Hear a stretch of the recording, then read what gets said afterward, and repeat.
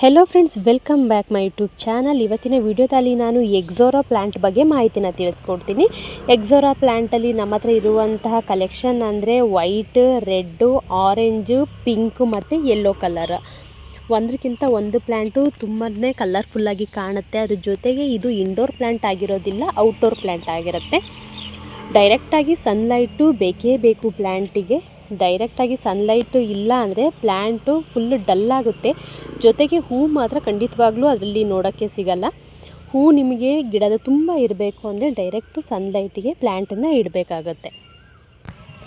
ಅದರಲ್ಲೂ ಕಲರ್ ಕಾಂಬಿನೇಷನ್ಗೆ ತಕ್ಕಂತೆ ಇದು ಬೆಳೆಯೋ ರೀತಿಯೂ ಕೂಡ ಒಂದಕ್ಕಿಂತ ಒಂದು ತುಂಬಾ ಚೇಂಜ್ ಇರುತ್ತೆ.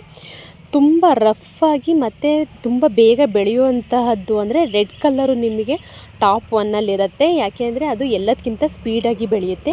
ನೆಕ್ಸ್ಟು ಪಿಂಕ್ ಕಲ್ಲರು, ಅದ್ರ ನೆಕ್ಸ್ಟು ತುಂಬ ಬೇಗ ಬೆಳೆಯುವಂಥದ್ದು. ನೆಕ್ಸ್ಟ್ ಆರೆಂಜ್ ಕಲ್ಲರು, ಅದರ ನೆಕ್ಸ್ಟು ವೈಟ್ ಕಲ್ಲರು, ಲಾಸ್ಟ್ ಅಂದರೆ ನಿಮಗೆ ಯೆಲ್ಲೋ ಕಲ್ಲರು ತುಂಬಾ ಸ್ಲೋ ಆಗಿ ಬೆಳೆಯುವಂತಹ ಗಿಡ.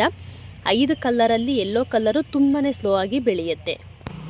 ಎಕ್ಸೋರಾ ಪ್ಲ್ಯಾಂಟಲ್ಲಿ ಮತ್ತೊಂದು ಏನು ಅಂದರೆ ಮಿನಿಯೇಚರ್ ಎಕ್ಸೋರಾ ಕೂಡ ನಿಮಗೆ ಸಿಗುತ್ತೆ. ಇಷ್ಟು ಹೈಟಾಗಿ ಬೆಳೆಯೋದಿಲ್ಲ ಗಿಡ. ಲೀಫು ಕೂಡ ತುಂಬ ಚಿಕ್ಕದಿರುತ್ತೆ, ಹೂಗಳು ಕೂಡ ತುಂಬಾ ಚಿಕ್ಕದಿರುತ್ತೆ. ಎಕ್ಸೋರಾ ಪ್ಲ್ಯಾಂಟನ್ನು ಕೂಡ ತುಂಬ ಈಸಿಯಾಗಿಯೇ ಮೇಂಟೆನೆನ್ಸ್ನ ಮಾಡ್ಬೋದು. ಎಲ್ಲ ಎಕ್ಸೋರಾ ಪ್ಲ್ಯಾಂಟ್ಸಲ್ಲಿ 5 ಕಲರ್ಸಲ್ಲಿ ತುಂಬ ಫಂಗಸ್ಸು ಬೇಗ ಬರುವಂತಹ ಕಲರ್ ಅಂತ ಅಂದರೆ ನಿಮಗೆ ಪಿಂಕ್ ಕಲರ್ಗೆ ಜಾಸ್ತಿ ಬೇಗನೆ ಬಂದ್ಬಿಡುತ್ತೆ ಫಂಗಸ್ಸು. ಗಿಡ ಫುಲ್ಲು ಡಲ್ ಆಗೋದಿಲ್ಲ, ಆದರೆ ಎಲೆಗಳೆಲ್ಲ ಫೋಲ್ಡ್ ಆಗಿಬಿಡುತ್ತೆ. ಹೂಗಳು ಕೂಡ ತುಂಬಾ ಕಡಿಮೆ ಆಗಿಬಿಡುತ್ತೆ. ಇದಕ್ಕೂ ಎಕ್ಸೋರಾ ಪ್ಲ್ಯಾಂಟಿಗೆ ಮಳೆಗಾಲದಲ್ಲಿ ಅಷ್ಟು ಫಂಗಸ್ ಬರೋದಿಲ್ಲ ಮತ್ತು ಬೇಸಿಗೆ ಇದ್ದಾಗಲೂ ಕೂಡ ಫಂಗಸ್ ಬರೋದಿಲ್ಲ. ಆದರೆ ಚಳಿಗಾಲದಲ್ಲಿ ತುಂಬಾ ಫಂಗಸ್ ಬರುತ್ತೆ.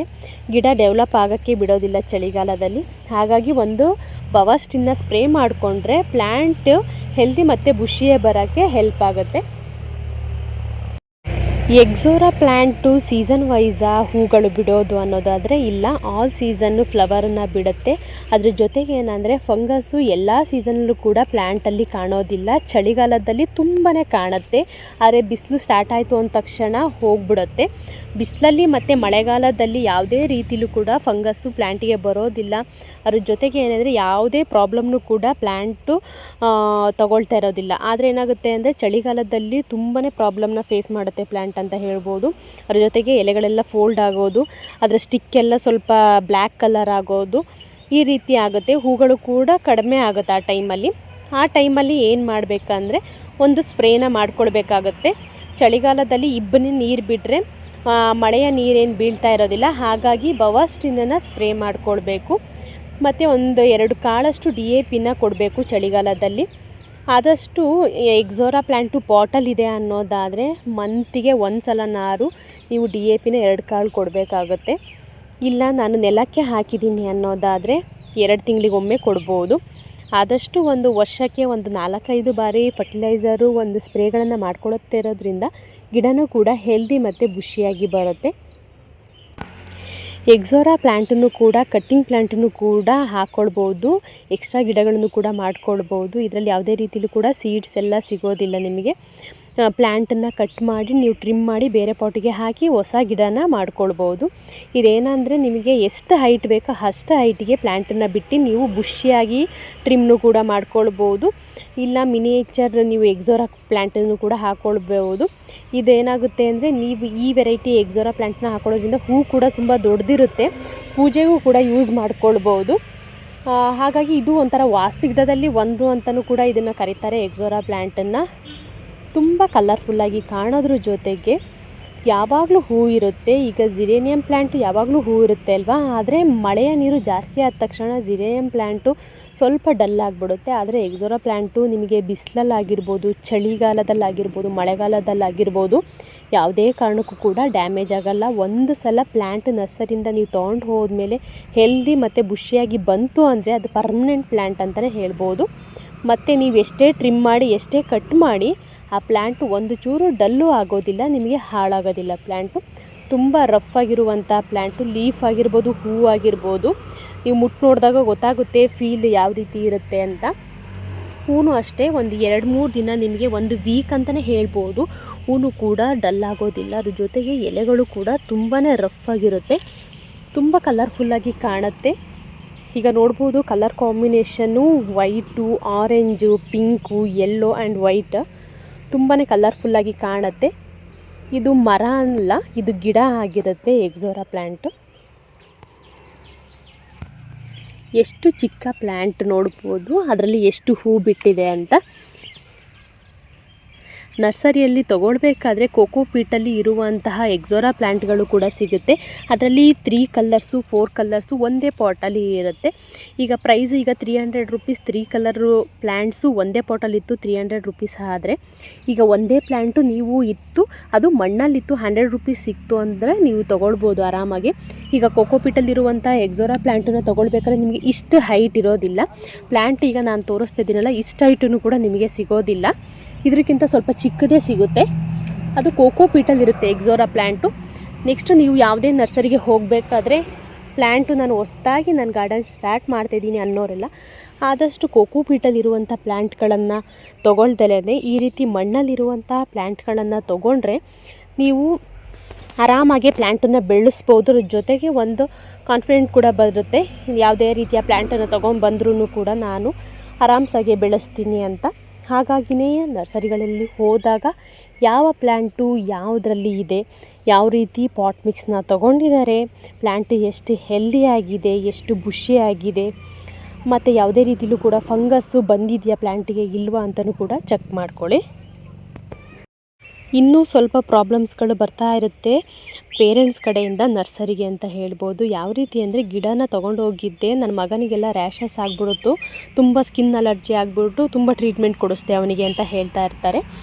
ಯಾಕೆ ಈ ರೀತಿ ಆಗುತ್ತೆ ಅಂದರೆ ಪ್ಲ್ಯಾಂಟಿಗೆ ಸ್ಪ್ರೇಗಳನ್ನು ಮಾಡೋದಾಗಿರ್ಬೋದು, ಫರ್ಟಿಲೈಸರ್ ಹಾಕೋದು ಯಾವುದೇ ಕಾರಣಕ್ಕೂ ಕೂಡ ಅದು ಎಫೆಕ್ಟ್ ಮಾಡೋದಿಲ್ಲ. ನಮಗಾಗಿರ್ಬೋದು, ಬರುವಂಥ ಕಸ್ಟಮರ್ಸಿಗಾಗಿರ್ಬೋದು. ಆದರೆ ಏನಾಗುತ್ತೆ ಅಂದರೆ ಪ್ಲ್ಯಾಂಟ್ ಹೆಲ್ದಿಯಾಗಿದೆಯಾ, ಅದ್ರ ಜೊತೆಗೆ ಹೆಲ್ದಿಯಾಗಿಲ್ಲ ಅಂದರೆ ಪ್ಲ್ಯಾಂಟು ಅದಕ್ಕೆ ಯಾವುದಾದ್ರೂ ಫಂಗಸ್ ಬಂದಿದೆಯಾ ಅಂತ ನೀವು ಚೆಕ್ ಮಾಡಬೇಕು. ಚೆಕ್ ಮಾಡಿನೇ ತೊಗೊಳ್ಳೋದು ತುಂಬಾ ಒಳ್ಳೆಯದು. ತಗೊಂಡು ಹೋದ್ಮೇಲೆ ಪ್ಲ್ಯಾಂಟ್ ಹೆಲ್ದಿಯಾಗಿ ಬರಲಿಲ್ಲ, ಫುಲ್ಲು ಡಲ್ ಆಯಿತು, ಹಾಳಾಯಿತು ಅಂತ ಅಂದ್ಕೊಳ್ತೀರ ಬಿಟ್ಟರೆ ಯಾಕಾಯಿತು, ಯಾವುದಕ್ಕೆ ಅದು ಚೆನ್ನಾಗಿ ಬರಲಿಲ್ಲ, ಅದರಲ್ಲಿ ಫಂಗಸ್ ಇತ್ತಾ ಇಲ್ವಾ ಅಂತ ನೀವು ಅಬ್ಸರ್ವ್ ಮಾಡೋದಿಲ್ಲ. ಹಾಗಾಗಿನೇ ಯಾವುದೇ ನರ್ಸರಿಗೆ ಹೋದಾಗಲೂ ಕೂಡ ಮೇಯ್ನಾಗಿ ಕೋಕೋಪೀಟಲ್ಲಿದೆಯಾ ಅಂತ ನೋಡ್ಕೊಳ್ಬೇಕು. ಜೊತೆಗೆ ಗಿಡ ಚೆನ್ನಾಗಿರೋದ್ರ ಜೊತೆಗೆ ಫಂಗಸ್ಸು ಪ್ಲ್ಯಾಂಟಲ್ಲಿ ಇಲ್ಲ ಅನ್ನೋದನ್ನು ಕನ್ಫರ್ಮ್ ಮಾಡಿಕೊಂಡೇ ಪ್ಲ್ಯಾಂಟ್ಸನ್ನು ತೊಗೊಳ್ಬೇಕು. ಈಗ ಎಕ್ಸೋರಾ ಪ್ಲ್ಯಾಂಟು ನಿಮಗೆ 100 ರುಪೀಸಿಂದನೂ ಸಿಗುತ್ತೆ, ಪಾಟ್ ಸೈಜ್ ಮೇಲೆ ಡಿಪೆಂಡ್ ಆಗುತ್ತೆ. ಒಂದು ಕಲರನ್ನು ತೊಗೊಳ್ತೀನಿ ಅಂದರೆ 100 ರುಪೀಸು. ಅದರಲ್ಲೂ ಮಣ್ಣಲ್ಲಿರೋದೇ ತೊಗೊಂಡ್ರೆ ನಿಮಗೆ ಈಗ ಕೋಕೋಪೀಟಲ್ಲಿ 3 ಕಲರ್ಸ್ ಇರುತ್ತೆ ಅಂತ ಅಂದೆ, 300 ರುಪೀಸ್ ತೊಗೊಳ್ತಾರೆ. ಅದರಲ್ಲಿ ಪೌಚು ಕೂಡ ಇರುತ್ತೆ. ಈಗ ಪೌಚು ಕೂಡ ರಿಮೂವ್ ಮಾಡಿ ನೆಟ್ ಪಾಟ್ ಗೊತ್ತಲ್ಲ ನಿಮಗೆ, ಅದನ್ನು ತೆಗೆಯೋದು ಎಷ್ಟು ಕಷ್ಟ ಇರುತ್ತೆ ಅಂತ. ನೀವೀಗ ಕೋಕೋಪೀಟಲ್ಲಿರುವಂತಹ ಎಕ್ಸೋರಾ ಪ್ಲ್ಯಾಂಟನ್ನು ತೊಗೊಂಡ್ರೆ ನೆಟ್ ಪಾಟು ಕಂಪಲ್ಸರಿ ಇದ್ದೇ ಇರುತ್ತೆ. 3 ಗಿಡದಲ್ಲೂ ನೀವು ನೆಟ್ ಪಾಟ್ ತೆಗೆದು ಮಣ್ಣಿಗೆ ಅಡ್ಜಸ್ಟ್ ಮಾಡಿ ಆ ಪ್ಲ್ಯಾಂಟು ಸ್ವಲ್ಪ ದೊಡ್ಡದಾಗಿ ಅದು ಹೂ ನಿಮಗೆ ಕೊಡೋದ್ರ ಒಳಗಡೆ ನಿಮಗೆ ಅಷ್ಟು ಪೇಷನ್ಸು ಕೂಡ ಹೋಗಿರುತ್ತೆ ಅಂತ ಹೇಳ್ಬೋದು. ಅದರ ಬದಲಿಗೆ ನೀವು ಈ ರೀತಿ ಮಣ್ಣಲ್ಲಿರುವಂತಹ ಎಕ್ಸೋರಾ ಪ್ಲ್ಯಾಂಟನ್ನು ತೊಗೊಂಡ್ರೆ ಆಲ್ಮೋಸ್ಟು ನಿಮಗೆ ನೆಟ್ ಪಾಟೂ ಕೂಡ ರಿಮೂವ್ ಆಗಿರುತ್ತೆ, ಮಣ್ಣಿಯೂ ಕೂಡ ಅಡ್ಜಸ್ಟ್ ಆಗಿರುತ್ತೆ, ಫ್ಲವರು ಕೂಡ ಸ್ಟಾರ್ಟ್ ಆಗಿರುತ್ತೆ. ಆವಾಗ ಈಸಿಯಾಗಿಯೇ ಪ್ಲ್ಯಾಂಟನ್ನು ಬೆಳೆಸ್ಬೋದು. ಹಾಗಾಗಿ ಎಕ್ಸೋರಾ ಪ್ಲ್ಯಾಂಟನ್ನು ತೊಗೊಳ್ಬೇಕಾದ್ರೆ ಇದೆಲ್ಲ ಟಿಪ್ಸ್ನ ನೀವು ಫಾಲೋ ಮಾಡಿ ಅಂತ ಹೇಳ್ತೀನಿ. ಇದಿಷ್ಟು ನಾನು ಎಕ್ಸೋರಾ ಪ್ಲ್ಯಾಂಟ್ ಬಗ್ಗೆ 1 ವರ್ಷದಿಂದ ಎಕ್ಸೋರಾ ಪ್ಲ್ಯಾಂಟನ್ನು ನೋಡ್ತಿರೋದ್ರಲ್ಲಿ ಆಲ್ ಸೀಸನ್ ಫ್ಲವರನ್ನು ಬಿಡುತ್ತೆ, ಔಟ್ಡೋರ್ ಪ್ಲ್ಯಾಂಟ್ ಆಗಿರುತ್ತೆ. ಆದಷ್ಟು ಬಿಸಿಲಿರೋ ಕಡೆನೇ ಹಾಕಿ, ಡೈರೆಕ್ಟ್ ಸನ್ಲೈಟ್ ಬೀಳಲಿ, ಮಳೆ ನೀರಾಗಿರ್ಬೋದು, ಚಳಿಯಲ್ಲಿ ಇಬ್ಬನಿ ನೀರಾಗಿರ್ಬೋದು, ತುಂಬ ಬಿಸಿಲೂ ಕೂಡ ತಡ್ಕೊಳ್ಳುವಂತಹ ಗಿಡ ಅಂದರೆ ಎಕ್ಸೋರಾ ಪ್ಲ್ಯಾಂಟ್ ಆಗಿರುತ್ತೆ. ಎಕ್ಸೋರಾ ಪ್ಲ್ಯಾಂಟಿಗೆ ನೀವು ಮಂತ್ಗೆ ಒಂದು ಸಲ ಸ್ಪ್ರೇ ಮತ್ತು ಫರ್ಟಿಲೈಸರ್ನ ಕೊಡ್ತಾ ಹೋದರೆ ಯಾವಾಗಲೂ ಕೂಡ ಹೂಗಳನ್ನು ಬಿಡುತ್ತೆ. ಜೊತೆಗೆ ಯಾವುದೇ ರೀತಿಯ ಫಂಗಸ್ಸು ಕೂಡ ಬರೋದಿಲ್ಲ, ಪ್ಲ್ಯಾಂಟು ಕೂಡ ಹೆಲ್ದಿ ಮತ್ತು ಬುಷಿಯಾಗಿ ಗ್ರೋತ್ ಆಗೋಕ್ಕೆ ಸ್ಟಾರ್ಟ್ ಆಗುತ್ತೆ. ಎಕ್ಸೋರಾ ಪ್ಲ್ಯಾಂಟಲ್ಲಿ ಏನು ಅಂದರೆ ಒಂದು ಸಲ ಫ್ಲವರ್ ಆಯಿತು ಅಂದರೆ 1 ವೀಕ್ ಇರುತ್ತೆ ಫ್ಲವರು. ಅದ್ರ ಜೊತೆಗೆ ಹೂ ಅರಳಬೇಕಾದ್ರೆ ಯಾವ ರೀತಿ ಅಂದರೆ ಮೊಗ್ಗು ಇರಬೇಕಾದ್ರೆ ಈ ರೀತಿ ಇರುತ್ತೆ, ಸ್ಟೆಪ್ ಬೈ ಸ್ಟೆಪ್ಪು ಅರಳ್ತಾ ಹೋಗುತ್ತೆ. ಒಂದೇ ಸಲ ಅರಳಿ ಒಂದೇ ಸಲ ಅದು ಹೂ ಎಂಡಿಂಗ್ ಸ್ಟೇಜನ್ನು ನೋಡೋದಿಲ್ಲ. ಸ್ಟಾರ್ಟಿಂಗ್ ಸ್ಟೇಜಿಂದ ಹಿಡಿದು ಎಂಡಿಂಗ್ ಸ್ಟೇಜ್ ತನಕನೂ ಕೂಡ ಸ್ಲೋ ಆಗೇ ಮೊಗ್ಗುಗಳು ಬರುತ್ತೆ. ಮೊಗ್ಗು ಓಪನ್ ಆಗೋದು ಅಷ್ಟೇ ಈ ರೀತಿ. ಫಸ್ಟ್ ಸ್ಟೆಪ್ ನೋಡ್ಬೋದು ಈ ರೀತಿ ಇರುತ್ತೆ, ಸೆಕೆಂಡ್ ಸ್ಟೆಪ್ ಈ ರೀತಿ, ಥರ್ಡ್, ನಿಮಗೆ ಸಡನ್ನಾಗಿ ಎಲ್ಲ ಅದರಲ್ಲಿ ಇರುವಂಥ ಹೂಗಳೆಲ್ಲ ಒಟ್ಟಿಗೆ ಅರಳೋದಿಲ್ಲ, ಒಂದೊಂದೇ ಅರಳುತ್ತೆ. ಹಾಗಾಗಿ ಒಂದು ವೀಕು ಇಲ್ಲಾಂದರೆ ಒಂದು 10 ಡೇಸ್ ಅಂತೂ ಮಿನಿಮಮ್ ಹೂ ಇದ್ದೇ ಇರುತ್ತೆ. ಒಂದು ಸಲ ಹೂ ಅರಳಕ್ಕೆ ಸ್ಟಾರ್ಟ್ ಆಯಿತು ಅಂದರೆ ಒಂದ್ರ ನೆಕ್ಸ್ಟ್ ಒಂದು ಹೂಗಳು ಕೂಡ ಬರ್ತಾ ಹೋಗುತ್ತೆ. ತುಂಬ ಕಲರ್ಫುಲ್ಲಾಗಿ ಗಾರ್ಡನ್ನ ಡೆಕೋರೇಟ್ ಮಾಡುತ್ತೆ. ಆದರೆ ಜಾಗನೂ ಮಾತ್ರ ಜಾಸ್ತಿ ಬೇಕು. ಪಾಟಿಗೆ ಹಾಕ್ಕೊಡ್ತೀವಿ ಅನ್ನೋದಾದರೆ ಓಕೆ, ಪಾಟಿಗೆ ಹಾಕ್ಕೊಳ್ಳೋದಾದ್ರೂ ನಿಮಗೆ ಒಂದು 15 ಇಂಚಿನ ಪಾಟ್ ಆದರೂ ಬೇಕು ಮಿನಿಮಮ್ಮು. ಮಿನಿಯೇಚರ್ ಹಾಕ್ಕೊಳ್ತೀನಿ ಅಂದರೆ ಒಂದು 10 ಇಂಚಿನ ಪಾಟು ಸೈಜು ಸಾಕಾಗುತ್ತೆ. ಸ್ವಲ್ಪ ದೊಡ್ಡ ಸೈಜಿಂದು ತೊಗೊಂಡಿದ್ದೀನಿ ಎಕ್ಸೋರಾ ಪ್ಲ್ಯಾಂಟ್ ಅನ್ನೋದಾದರೆ ಒಂದು 15 ಇಂಚಿನ ಪಾಟ್ ಸೈಜಿಗೆ ಹಾಕ್ಕೊಂಡ್ರೆ ನೀವು ಮಿನಿಮಮ್ ಒಂದು 10 ಇಯರ್ಸ್ ಆದ್ರೂ ಮೇಂಟೆನೆನ್ಸ್ನ ಮಾಡ್ಬೋದು. ಯಾವುದೇ ರೀತಿಲೂ ಕೂಡ ರಿಪೋರ್ಟಿಂಗ್ ಬೇಡ. ಎಕ್ಸ್ಟ್ರಾ ಫರ್ಟಿಲೈಸರು, ಎಕ್ಸ್ಟ್ರಾ ಮಣ್ಣನ್ನು ಆ್ಯಡ್ ಮಾಡ್ತಾ ಹೋಗೋದಷ್ಟೇ. ಒಂದು 10 ವರ್ಷ ಒಂದೇ ಪಾಟಲ್ಲೇ ಮೇಂಟೆನೆನ್ಸ್ನ ಮಾಡ್ಬೋದು. ಹಾಗಾಗಿ ನೆಲಕ್ಕೆ ಹಾಕ್ತೀನಿ ಅನ್ನೋದಾದರೆ ಒಂದೊಂದು ಕಲ್ಲರಿಗೂ ನೀವು ಒಂದು ಸ್ವಲ್ಪ ಜಾಗನ ಬಿಟ್ಟು ಹಾಕ್ಕೊಳ್ಳಿ, ಪಕ್ಕನೇ ಹಾಕ್ಕೊಳ್ಬೇಡಿ. ಸ್ವಲ್ಪ ಜಾಗ ಬಿಟ್ಟು ಹಾಕ್ಕೊಳ್ಬೇಕು. ಇದು ಸ್ವಲ್ಪ ಚೆಂದ ಬುಷಿಯಾಗಿ ಸ್ವಲ್ಪ ಜಾಗನೂ ಕೂಡ ಜಾಸ್ತಿ ತೊಗೊಳುತ್ತೆ ನೆಲಕ್ಕೆ ಹಾಕ್ಕೊಂಡ್ರೆ. ನಿಮಗೆ ಪಾಟಿಗೆ ಹಾಕ್ಕೊಳ್ಳೋದಾದರೆ ಜಾಗ ಏನು ಜಾಸ್ತಿ ತೊಗೊಳೋದಿಲ್ಲ. ಆದರೆ ಪಾಟಿನ ಸೈಜ್ ಮಾತ್ರ ಸ್ವಲ್ಪ ದೊಡ್ಡ ಪಾಟನ್ನು ತೊಗೊಂಡ್ರೆ ಏನಾಗುತ್ತೆ, ಮಿನಿಮಮ್ ಒಂದು 5 ವರ್ಷನಾದರೂ ಒಂದು ಪಾಟಲ್ಲಿ ಮೇಂಟೈನ್ ಮಾಡ್ಬೋದು ಅಂತ. ಹಾಗಾಗಿ ixora plant all season flower, outdoor plant ಆಗಿರುತ್ತೆ, ಇಂಡೋರ್ ಪ್ಲ್ಯಾಂಟ್ ಆಗಿರೋದಿಲ್ಲ. ಒಂದಕ್ಕಿಂತ ಒಂದು ಕಲೆಕ್ಷನ್ ನಿಮಗೆ ಚೆಂದನೇ ಬಿಡುತ್ತೆ ಹೂಗಳು. ಯಾವ ಗಿಡನೂ ಕೂಡ ಕಡಿಮೆ ಹೂನ ಬಿಡೋದಿಲ್ಲ. ಎಲ್ಲ ಗಿಡಗಳು ಕೂಡ ಒಂದಕ್ಕಿಂತ ಒಂದು ಜಾಸ್ತಿ ಹೂ ಬಿಡುತ್ತೆ ಬಿಟ್ಟರೆ ಯಾವುದು ಕೂಡ ಕಡಿಮೆ ಬಿಡೋದಿಲ್ಲ. ಅದರಲ್ಲೂ ಮಿನಿಯೇಚರ್ ಆಗಿರ್ಬೋದು, ಎಕ್ಸೋರಾ ಪ್ಲ್ಯಾಂಟಲ್ಲಿ ಮದರ್ ಪ್ಲ್ಯಾಂಟ್ಸ್ ಆಗಿರ್ಬೋದು, ಎರಡೂ ಕೂಡ ಒಂದ್ರ ನೆಕ್ಸ್ಟ್ ಒಂದು ಹೂಗಳು ಹಾಕ್ತಾನೇ ಇರುತ್ತೆ. ಮೇಂಟೆನೆನ್ಸ್ ಅಷ್ಟೇ ನೋಡ್ಕೊಳ್ಬೇಕು.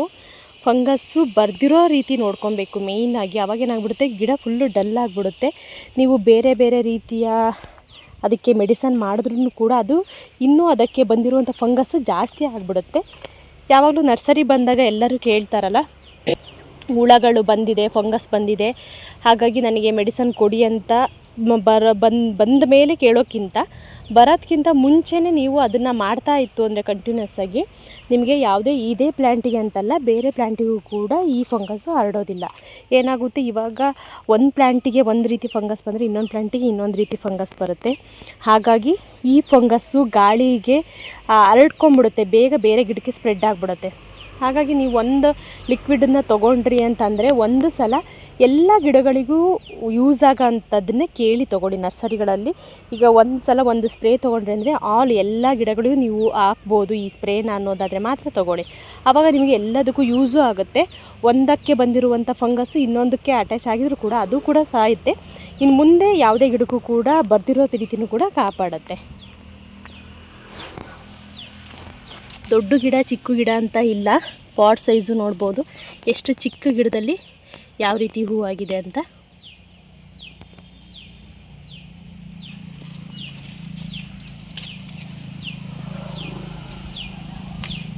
ಇನ್ನೂ ಚಿಕ್ಕ ಗಿಡ ನೋಡಿ, ಇಲ್ಲಿ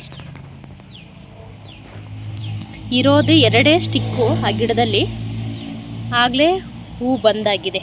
ಮೇಂಟೆನೆನ್ಸು ಮೇಯ್ನ್ ಇಂಪಾರ್ಟೆಂಟ್. ನರ್ಸರಿಯಲ್ಲಿ ಗಿಡ ತೊಗೊಂಡೋಗಿ ನಾನು ಹಾಕ್ತೀನಿ, ಎಷ್ಟು ಸಾವಿರಾರು ರೂಪಾಯಿ ಗಿಡಕ್ಕೋಸ್ಕರ ನಾನು ಇನ್ವೆಸ್ಟ್ಮೆಂಟ್ ಮಾಡಿದ್ದೀನಿ, ಆದರೆ ಒಂದು ಗಿಡನೂ ಬರೋದಿಲ್ಲ. ಇಲ್ವ ನನ್ನ ಕೈಯಲ್ಲಿ ಗಿಡ ಹಾಕಿದ್ರೆ ಬರೋಲ್ಲ ಅನಿಸುತ್ತೆ ಅಂತಲೂ ಕೂಡ ಹೇಳ್ತಾ ಇರ್ತಾರೆ.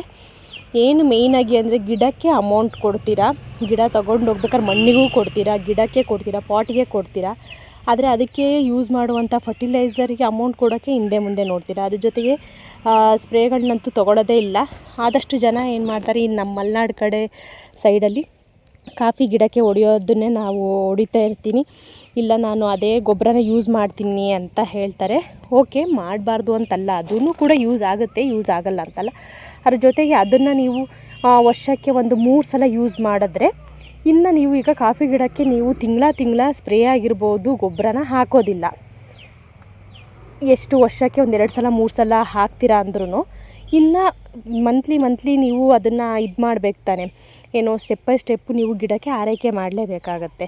ಹಾಗಾಗಿ ಈಗ ಅದನ್ನು ಕಾಫಿ ಗಿಡಕ್ಕೆ ಮಾಡುವಂಥ ಸ್ಪ್ರೇನ ಇದಕ್ಕೂ ಮಾಡಿ, ಅದ್ರ ಜೊತೆಗೆ ಇನ್ನು ಉಳಿದ ತಿಂಗಳುಗಳಿಗೆ ನೀವು ಒಂದು ಫರ್ಟಿಲೈಸರು, ಒಂದು ಲಿಕ್ವಿಡ್ನ ಸ್ಪ್ರೇ ಮಾಡೋದನ್ನು ಅಭ್ಯಾಸ ಮಾಡ್ಕೊಳ್ಳಿ. ಗಿಡಗಳು ಎಷ್ಟು ಹೆಲ್ದಿ ಬುಷಿಯಾಗಿ ಬರುತ್ತೆ ಅಂತ. ಆಮೇಲೆ ನೀವೇ ಹೇಳ್ತೀರಾ ಎಷ್ಟು ಗ್ರೀನಾಗಿ ಕಲರ್ಫುಲ್ಲಾಗಿ ಕಾಣ್ತದೆ ಅಂತ ನೋಡ್ಬೋದು.